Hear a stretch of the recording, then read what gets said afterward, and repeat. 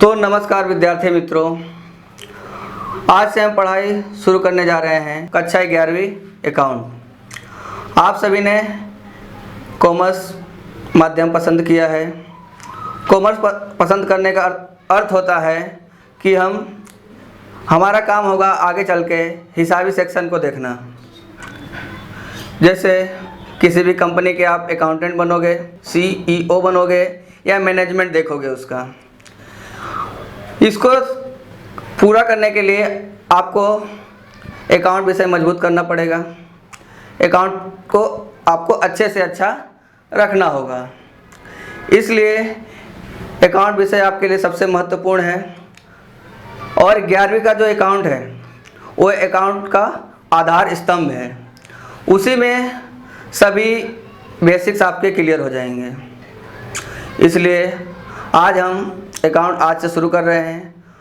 हमारा पहला चैप्टर है हिसाबी पद्धति और उसके कुछ पारिभाषिक शब्द, जिसमें हम जो आगे के हर एक चैप्टर में यूज करने वाले हैं उस शब्दों के क्या अर्थ होते हैं, उसका क्या मायने होता है, उसका क्या क्यों यूज करते हैं, उन सब के बारे में हम जानेंगे। तो अगर हम अकाउंट विषय पढ़ते हैं तो हमारे सामने सबसे पहला प्रश्न उपस्थित होता है कि अकाउंट होता क्या है। तो अकाउंट होता है कि ऐसी कोई भी व्यवहार जो पैसे के माध्यम से होता है। हम कुछ भी चीज़ खरीदते हैं, बेचते हैं, कहीं से लाते हैं, तो उसको हम लिखते हैं और उस लिखे हुए व्यवहार से हम एनालिसिस करते हैं कि उस व्यवहार से हमको नफ़ा हुआ, नुकसान हुआ या फिर उसमें खर्च ज़्यादा हुआ, और उसी के आधार पर बजट बनाते हैं। तो अकाउंट यहीं से एकदम साधारण सी चीज़ है और बहुत ऊपर लेवल तक भी जाता है। तो अकाउंट ये सोचो कि आज से कुछ वर्ष पहले चालू हुआ, 10-20 साल पहले चालू हुआ, ये सदियों से चला आ रहा है।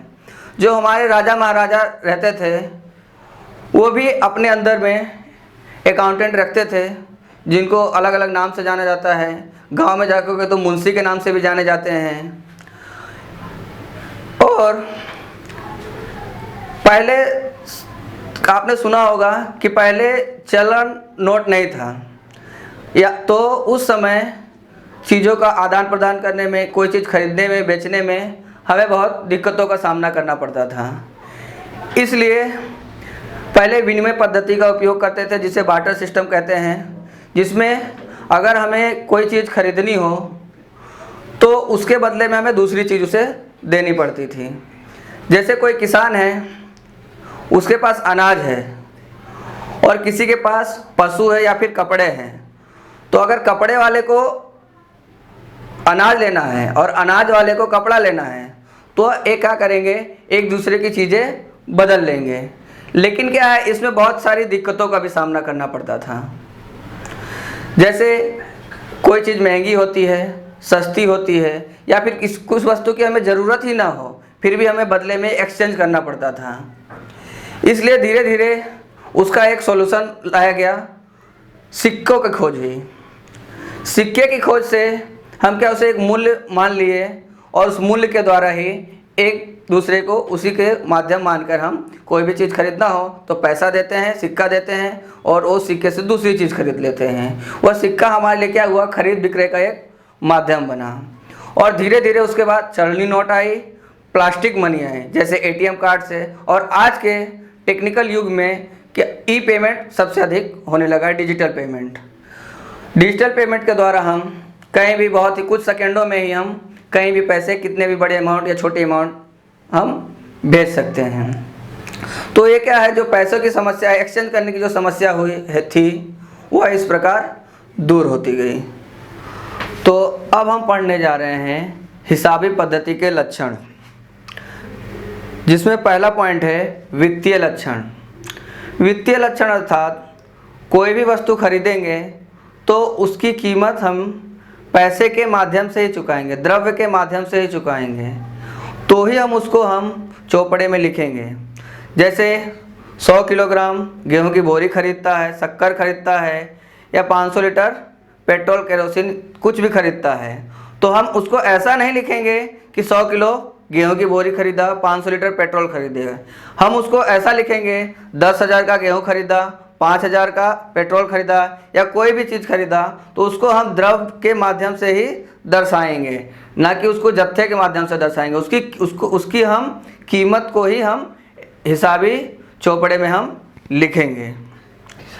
अब इसका दूसरा पॉइंट आता है द्रव्य विनिमय के माध्यम के रूप में। जो इसका द्रव्य के माध्यम से इसका विनिमय होना चाहिए, यानी कि जब हम इसको खरीदेंगे, कोई वस्तु खरीदते हैं या फिर बेचते हैं, तो उसका चुकाना या फिर प्राप्त करना पैसे के माध्यम यानी द्रव्य यानी किस द्रव्य के माध्यम से ही होना चाहिए, यानी पैसा या फिर कैश हो, उधार हो या फिर ट्रांजैक्शन के जरिए हो, वो उसी प्रकार से होना चाहिए, ना कि कोई वस्तु खरीद रहे हैं उसके बदले में दूसरा सामान ले रहा है, तो उसको हम नोट करेंगे नहीं। अगला पॉइंट आता है हिसाबी व्यवहारों का वर्गीकरण और विश्लेषण। तो जो भी व्यवहार हो रहे हैं वह किस प्रकार हो रहे हैं। पहली बात तो हम ये चेक करेंगे वह व्यवहार आर्थिक है या नहीं। अगर वो आर्थिक व्यवहार होगा तो ही हम उसकी नोट लेंगे। अगर वो बिन आर्थिक व्यवहार है, यानी कि उसका पैसे से कोई लेना देना नहीं है, तो उसकी तो हम नोट ही नहीं करेंगे। अगर वो आर्थिक व्यवहार है तो उसमें भी हम चेक करेंगे क्या वह व्यवहार रोकड़ के द्वारा हो रहा है या फिर साख के द्वारा हो रहा है। साख के द्वारा मतलब उधारी व्यवहार, उसका चुकाना कुछ समय के बाद होगा या फिर निश्चित मुद्दत में होगा। अगला पॉइंट व्यवहारों का अर्थघटन। हम जो भी व्यवहार कर रहे हैं वह व्यवहार तक ही सीमित नहीं रह जाएगा, उसका हम पूरा संपूर्ण अर्थघटन करते हैं। जैसे किसी मनुष्य का ब्लड प्रेशर नापा जाता है, तो मनुष्य का ब्लड प्रेशर 80 से 120 के बीच में आना चाहिए। तो हम जैसे उसको नापते हैं, तो अगर 80 से कम आ रहा है उसका, तो उसको लो ब्लड प्रेशर है, लो बीपी का पेशेंट है वो। अगर वो 120 से अधिक आ रहा है तो उसको हाई ब्लड प्रेशर है। तो हमने उसको क्या किया, अर्थघटन किया। उसी प्रकार धंधे में कोई वस्तु खरीद रहा है या बेच रहा है, तो समझो कोई वस्तु को उसने 20,000 में खरीदा, उसमें कुछ खर्चा किया 5,000, वो वस्तु हो गई हमारी 25,000 की, और उस वस्तु को हम 40,000 में बेच रहा है, तो हम उस वस्तु पे 15,000 प्रॉफिट मिला।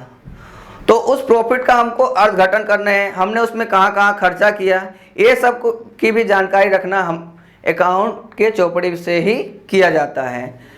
अकाउंट का जो चौपड़ी होता है वह क्या होता है, धंधे का हमारा एक आईना के तौर पे होता है।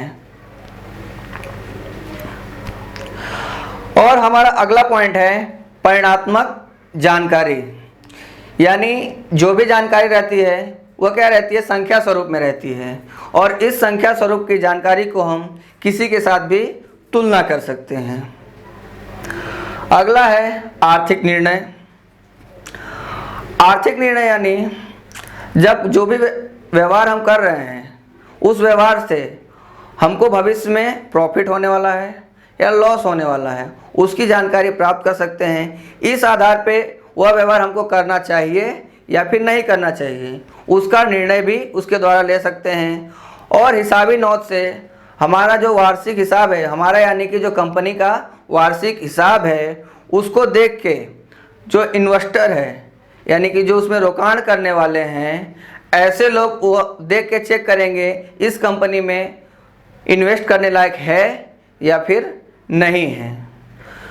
तो इसीलिए जो हिसाबी नोट होता है वह बहुत ही एक्यूरेट तौर पे मैनेज करना बहुत ही ज़रूरी है।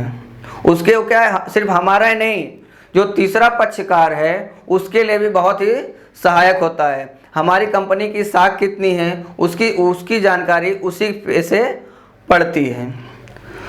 अगला है ऐतिहासिक जानकारी।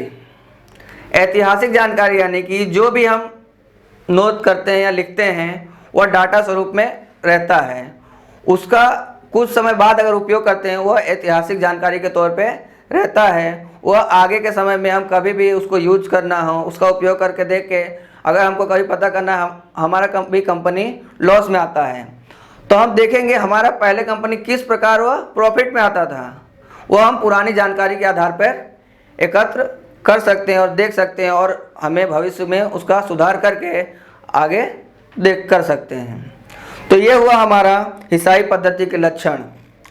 अब इसके आगे हम पढ़ते हैं हिसाबी पद्धति के उद्देश्य, यानी किस उद्देश्य से हम हिसाबी पद्धति या हिसाब को लिखते हैं, उसके क्यों करते हैं, वही हम आगे पढ़ाई करते हैं।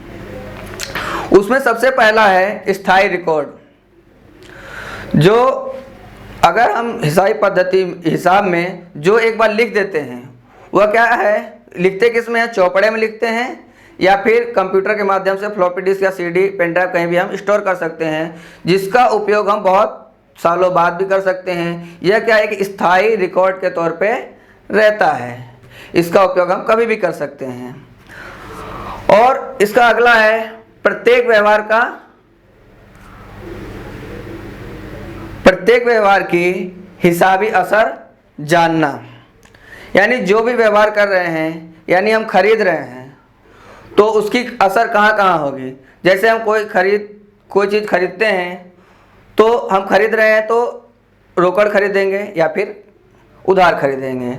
अगर हम खरीद रहे हैं तो सबसे पहले हमारा स्टॉक बढ़ेगा और हमारा अगर नगद खरीद रहे हैं तो हमारा जो रोकड़ बैलेंस होगा वो कम होगा।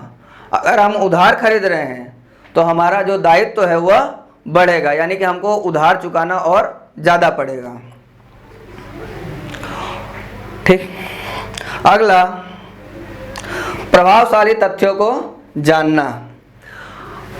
अब प्रभावशाली तथ्य यानी कंपनी में जो भी हम व्यवहार कर रहे हैं उसमें कौन से ऐसे तथ्य जो प्रभावशाली हैं, जिनको करने से हमें भविष्य में अधिक प्रॉफिट मिलने वाला है, और कौन सी ऐसी चीज़ है जिसको हमें न करना चाहिए या तत्काल बंद कर देना चाहिए, ये सब भी जान सकते हैं।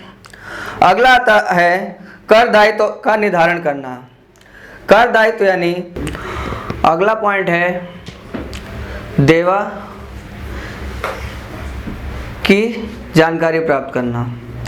देवा अर्थात हमारी कंपनी के ऊपर कितना उधार है, यानी लोगों से, यानी हमने माल खरीदा हो, कोई वस्तु खरीदी हो, तो सब मिला के हमारे ऊपर कितना दायित्व चढ़ा, यानी हमको कितना पैसा लोगों को चुकाना है वो रकम। तो वो रकम हम हिसाबी नोट के माध्यम से जान सकते हैं। इसके अलावा अगला आता है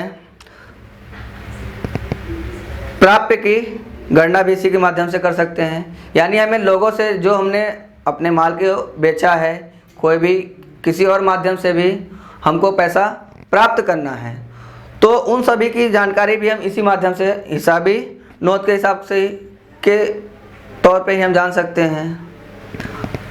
यानी कि पैसा किसी से लेना हो या फिर पैसा किसी को देना हो, इन दोनों चीज़ों की जानकारी हम हिसाबी चौपड़े में से प्राप्त कर सकते हैं। अगला आता है धंधा की आर्थिक स्थिति को जानना।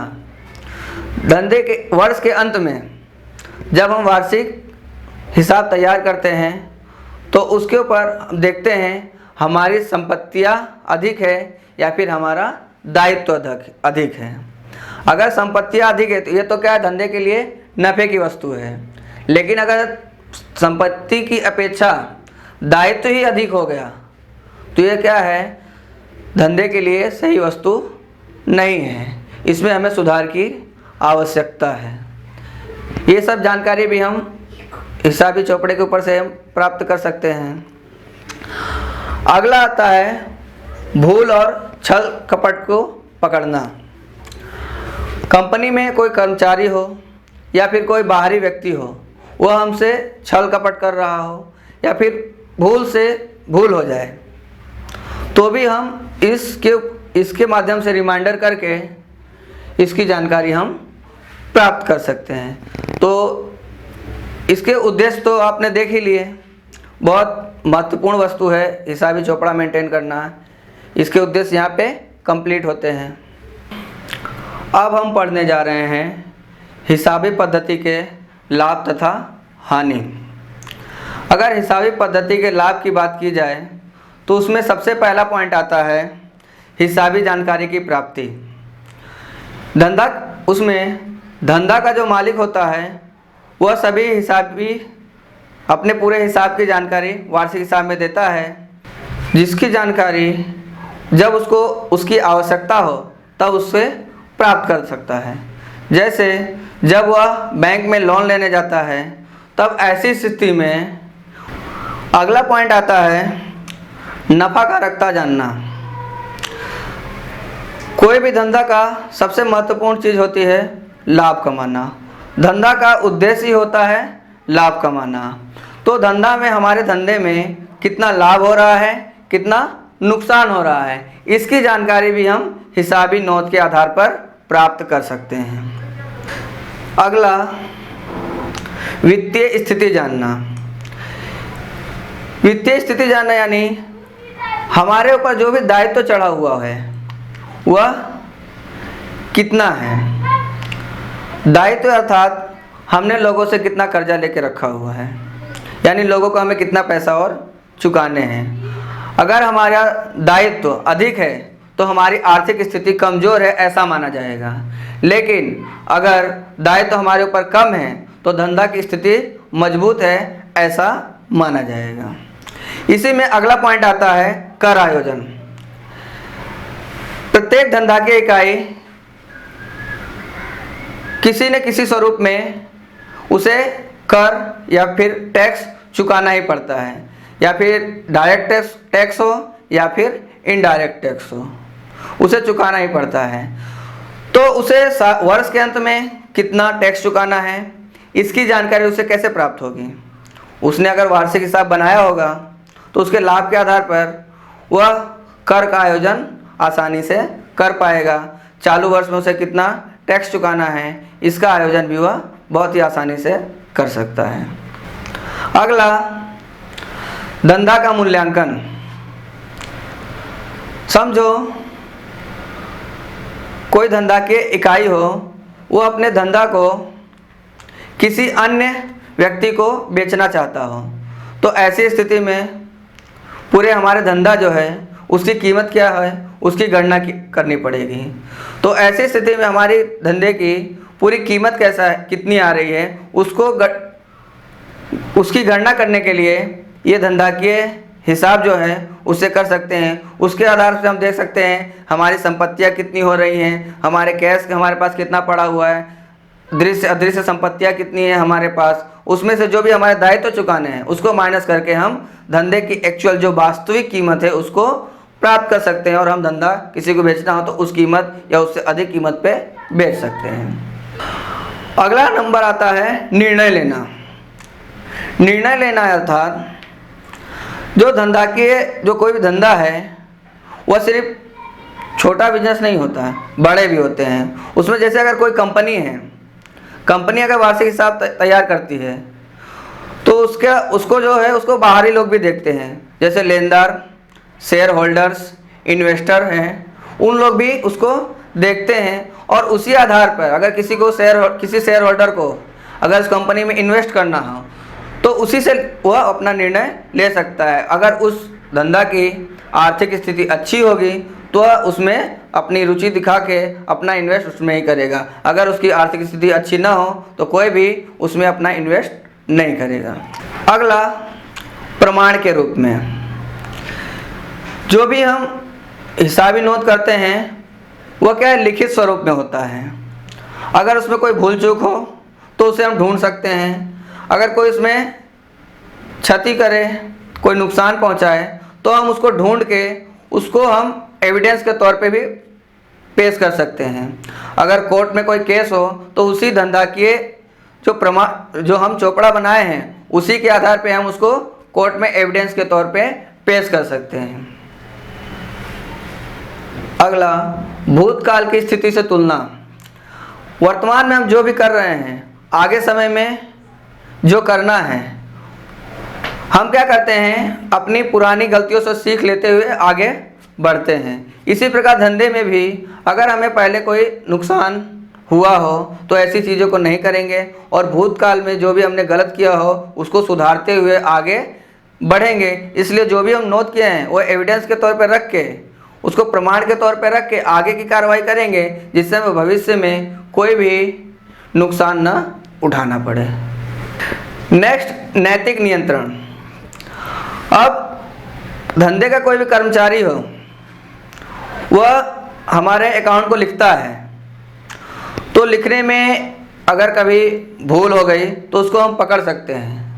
इसलिए जो कर्मचारी के ऊपर है क्या है, वो नैतिक नियंत्रण बना हुआ रहता है। इसीलिए कोई भी कर्मचारी अपने पूरे इच्छा से अपनी कार्य को करेगा। अगला, सुधारात्मक कदम। अगर कोई धंधा है, अगर उसमें सुधार नहीं करोगे तो कभी भी आप आगे नहीं बढ़ सकते हो। इसलिए भूतकाल में हुई गलतियों से सीख लेते हुए आगे से की तरफ हम उसमें सुधार करेंगे। हमारे प्रतिस्पर्धी हैं, उसके साथ भी हम सीख लेके आगे हम धंधे का विकास कर सकते हैं।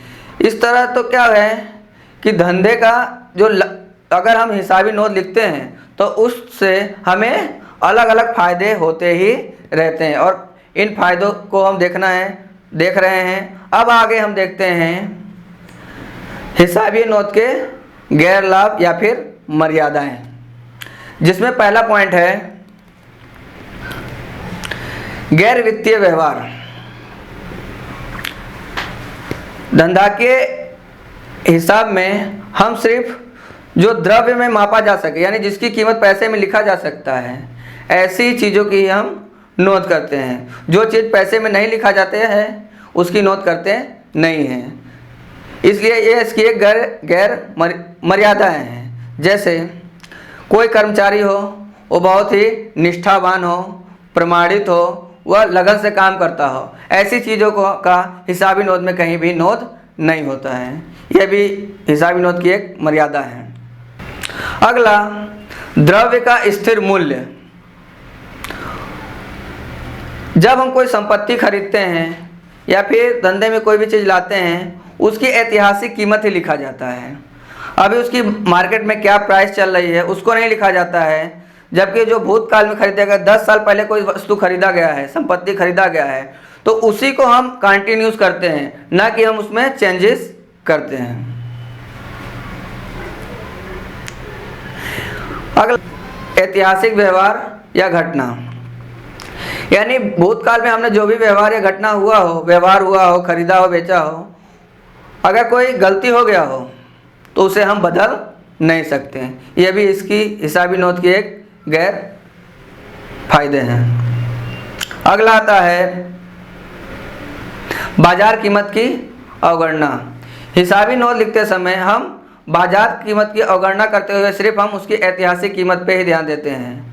जैसे हमने भूतकाल में, यानी 10 साल पहले हमने कोई फर्नीचर खरीदा है 10,000 में, 10 साल बाद में उसकी कीमत में काफ़ी चेंजेस आ गए होंगे, फिर भी हम उसे उसी कीमत पे ही दर्शाते हैं।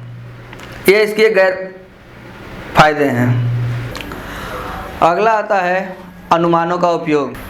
हिसाबी नोट लिखते समय संभावित ऋण जब हम निकालते हैं तो वह अनुमानों के आधार पर निकालते हैं।